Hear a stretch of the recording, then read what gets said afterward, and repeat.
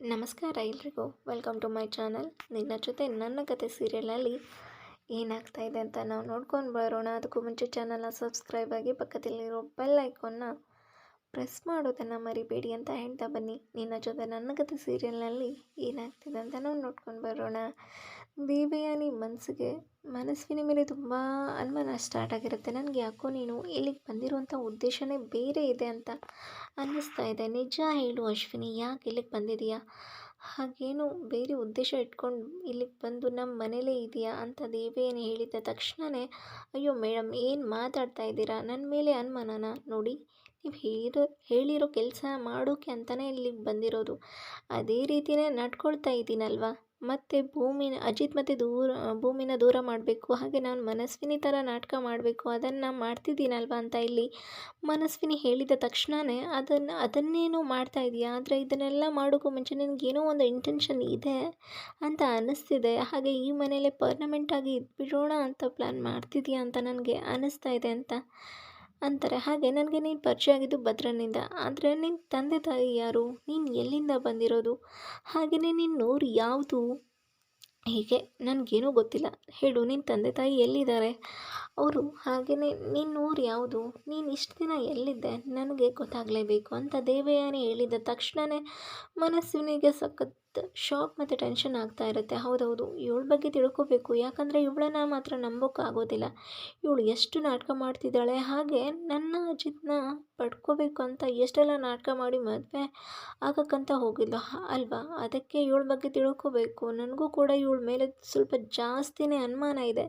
ಇವಳನ್ನು ಮನೆಗೆ ಕರ್ಕೊಂಡು ಬಂದು ದೊಡ್ಡ ತಪ್ಪು ಮಾಡಿಬಿಟ್ವಿ ಅಂತ ಅನ್ನಿಸ್ತಿದೆ ಮಮ್ ಅಂತ ಅಂಜನಾ ಹೇಳಿದ ತಕ್ಷಣವೇ, ಇಬ್ಬರು ಸ್ವಲ್ಪ ಮಾತನ್ನ ನಿಲ್ಲಿಸ್ತೀರಾ? ಏನು ಮಾತಾಡ್ತಾ ಇದ್ದೀರಾ? ಇದೇ ರೀತಿ ಮಾತಾಡಿದ್ರೆ ನಾನು ಹೋಗಿ ಎಲ್ಲ ಸತ್ಯನೂ ಹೇಳ್ತೀನಿ. ನನಗಂತೂ ಈ ಮನೆ ಬಿಟ್ಟು ಹೋಗೇ ಬಿಡ್ತೀನಿ.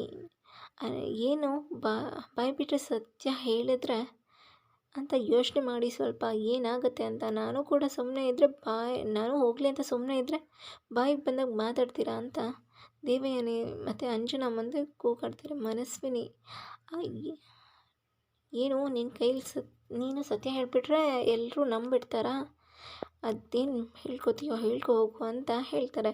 ಮನಸ್ವಿನಿ ಕೋಪ ಮಾಡಿಕೊಂಡು, ಇಷ್ಟೆಲ್ಲ ಆದಮೇಲೆ ನಾನಂತೂ ಈ ಮನೇಲಿ ಇರಲ್ಲ, ನನಗೆ ಸ್ವಲ್ಪನೂ ರೆಸ್ಪೆಕ್ಟ್ ಅನ್ನೋದೇ ಇಲ್ಲ, ಬರೀ ಅವಮಾನ ಮಾಡ್ತಾ ಇದ್ದಾರೆ. ಹಾಗಾದ್ಮೇಲೆ ಈ ಮನೆಯಲ್ಲಿ ನಾನಂತೂ ಇರಲ್ಲ, ಎಲ್ಲ ಸತ್ಯನೂ ಹೇಳ್ತೀನಿ. ನಾನು ಮನಸ್ವಿನಿ ಅಲ್ಲ, ಭೂಮಿನೇ ಮನಸ್ವಿನಿ ಅನ್ನೋ ಸತ್ಯ ಎಲ್ಲ ಹೇಳ್ತೀನಿ. ಹಾಗೆಯೇ ನೀವು ನನ್ನ ಕರ್ಕೊಂಡು ಬಂದು ನಾಟಕ ಮಾಡೋಕ್ಕೆ ಹೇಳಿದ್ದು ಈ ಅಂಜನಾ ಮತ್ತು ದೇವಯಾನಿ ಅಂತಲೇ ಮನೆಯವರೆಲ್ರಿಗೂ ಹೇಳ್ತೀನಿ ಅಂತ ಮನಸ್ವಿನಿ ಹೇಳಿದ ತಕ್ಷಣವೇ, ಅಯ್ಯೋ ದೇವ್ರೆ, ಏನಪ್ಪ ಮಾಡೋದು?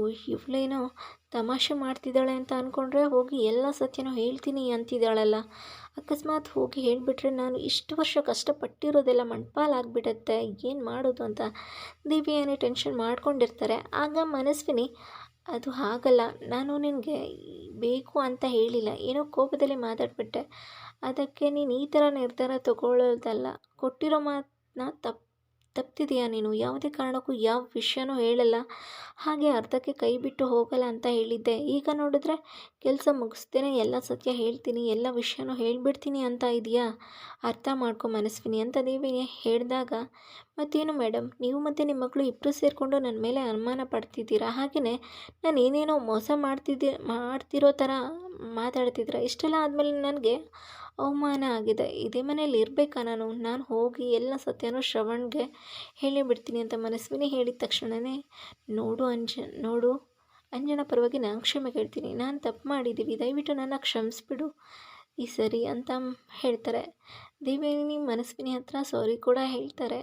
ಇನ್ನೊಂದು ಸಲ ಇದೇ ರೀತಿ ಏನಾದರೂ ಮಾಡಿದ್ರೆ ನಾನು ನೇರವಾಗಿ ಎಲ್ಲರ ಹತ್ರ ಹೋಗಿ ಸತ್ಯ ಹೇಳಿಬಿಡ್ತೀನಿ ಅಂತ ಮನಸ್ವಿನಿ ಹೇಳ್ತಾರೆ. ಆಗ ಸದ್ಯದಲ್ಲೇ ಬಚಾವಾದ. ಹೇಗೋ ಇವರನ್ನ ಅದು ಇದು ಅಂತ ಹೇಳಿ ಸಮಾಧಾನ ಮಾಡಿದ್ದೀನಿ.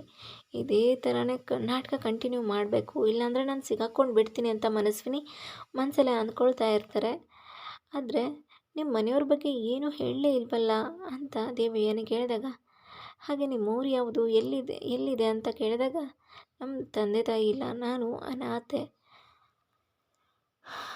ನಾನು ಒಂಟಿಯಾಗಿ ಬೆಳೆದಿದ್ದು, ನನಗೆ ಯಾರೂ ಕೂಡ ಇಲ್ಲ ಅಂತ ಮನಸ್ವಿನಿ ಹೇಳಿದ ತಕ್ಷಣವೇ, ನಿಜನಾ ಇದೆಲ್ಲ ಅಂತ ದೇವಯಾನಿ ಕೇಳ್ತಾರೆ. ಹೌದು, ಇದೆಲ್ಲ ನಿಜಾನೇ, ಇದರಲ್ಲಿ ನಾನು ಯಾಕೆ ಸುಳ್ಳು ಹೇಳಿ ನಿಮಗೆ ಅಂತ ಕೇಳ್ತಾರೆ. ಹೌದು, ನಿಮ್ಮ ಊರು ಯಾವುದು ಅಂತ ದೇವಯಾನಿ ಕೇಳಿದಾಗ, ಅಯ್ಯೋ ಅದನ್ನೆಲ್ಲ ಕಟ್ಕೊಂಡು ಏನು ಮಾಡ್ತೀರಾ, ಹೋಗಲಿ ಬಿಡಿ, ಈಗ ಅದಕ್ಕೂ ಇದಕ್ಕೂ ಏನು ಸಂಬಂಧ, ಅದನ್ನು ಮಾತಾಡಿದರೂ ಏನೂ ಪ್ರಯೋಜನ ಇಲ್ಲ ಅಂತ ಮನಸ್ವಿನಿ ಹೇಳಿ ಹೋಗ್ತಾರೆ. ಆಗ ಯಾಕೆ ಇವಳು ಈ ಥರ ಆಡ್ತಿದ್ದಾಳೆ, ಇವಳು ಊರು ಯಾವುದು ಅಂತ ಕೇಳಿದ ತಕ್ಷಣವೇ ಸಖತ್ ಶಾಕ್ ಆದಳು, ಹಾಗೆ ಟೆನ್ಷನ್ ಮಾಡಿಕೊಂಡ್ಳು, ಹಾಗೆ ಹೊರಟೇ ಹೋಗ್ಬಿಟ್ಲು. ಇವಳನ್ನು ಅಷ್ಟು ಸುಲಭವಾಗಿ ನಂಬೋಕ್ಕಂತೂ ಆಗಲ್ಲ ಅಂತ ದೇವಯಾನಿ ಯೋಚನೆ ಮಾಡ್ತಿರ್ತಾರೆ.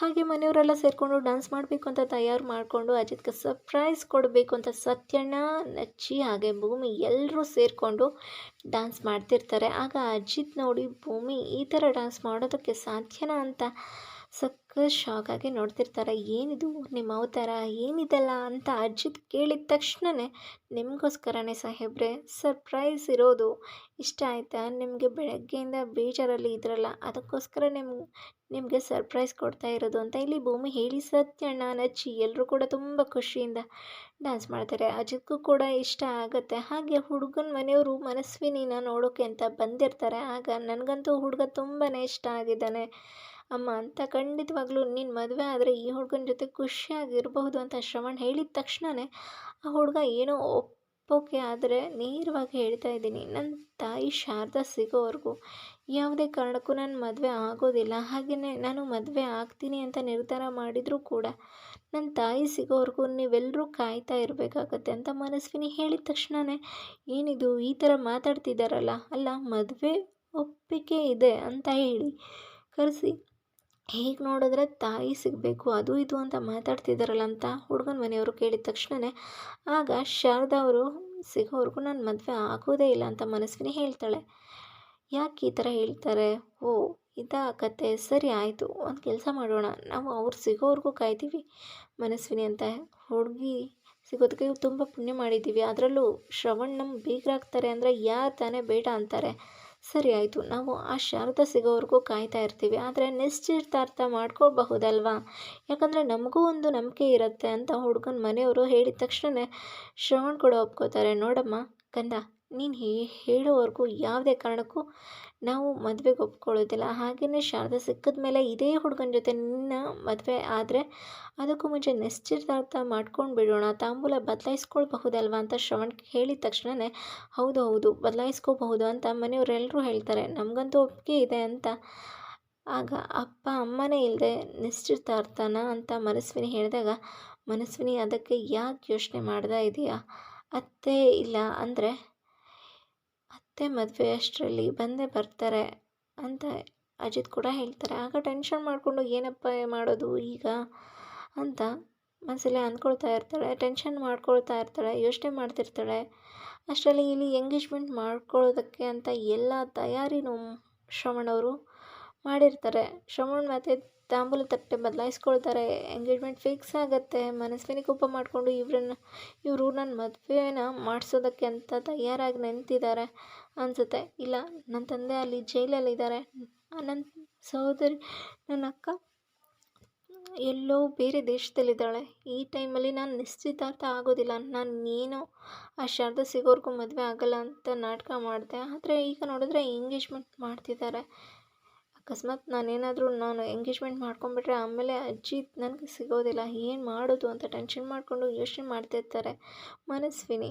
ಆಗ ಏನು ಯೋಚನೆ ಮಾಡಿದೀಯಾ ಅಂತ ಮನಸ್ವಿನಿ, ಬೇಗ ಹೋಗಿ ರೆಡಿ ಆಗಬಾರ್ದಾ ಅಂತ ಹೇಳಿ ಇಲ್ಲಿ ಅಜಿತ್ ಹೇಳ್ತಾರೆ, ನಾನು ಕರ್ಕೊಂಡು ಹೋಗ್ತೀನಿ ರೆಡಿ ಮಾಡೋಕ್ಕೆ ಅಂತ, ಭೂಮಿನೇ ಎಂಗೇಜ್ಮೆಂಟ್ಗೆ ತಯಾರು ಮಾಡೋಕ್ಕೆ ಅಂತ ರೆಡಿ ಮಾಡೋಕ್ಕೆ ಅಂತ ಕರ್ಕೊಂಡು ಹೋಗ್ತಾರೆ. ಮನಸ್ವಿನಿನ ಹಾಗೆ ಭೂಮಿ ರೆಡಿ ಮಾಡಿಕೊಂಡು ಕರ್ಕೊಂಡು ಬರ್ತಾರೆ. ಆಗ ಯೋಚನೆ ಮಾಡ್ತಾ ಇರ್ತಾರೆ, ಏನಮ್ಮ ಯೋಚನೆ ಮಾಡ್ತಾಯಿದ್ಯಾ, ನೋಡು ನೀನು ಏನು ಯೋಚನೆ ಮಾಡಬೇಡ, ತಂದೆಯಾಗಿ ನಾನು ಇದ್ದೀನಲ್ವಾ ಎಂಗೇಜ್ಮೆಂಟ್ಗೆ, ಅದಕ್ಕೆ ಖುಷಿ ಪಡು. ಹಾಗೆ ತಾಯಿ ಜಾಗನ ಯಾರೂ ತುಂಬೋಕ್ಕಾಗಲ್ಲ, ಆದರೆ ಇಷ್ಟು ಜನ ಇದ್ದೀವಿ, ಒಂದಲ್ಲ ಒಂದಿನ ನಿನ್ನ ತಾಯಿ ವಾಪಸ್ ಬಂದೇ ಬರ್ತಾರೆ.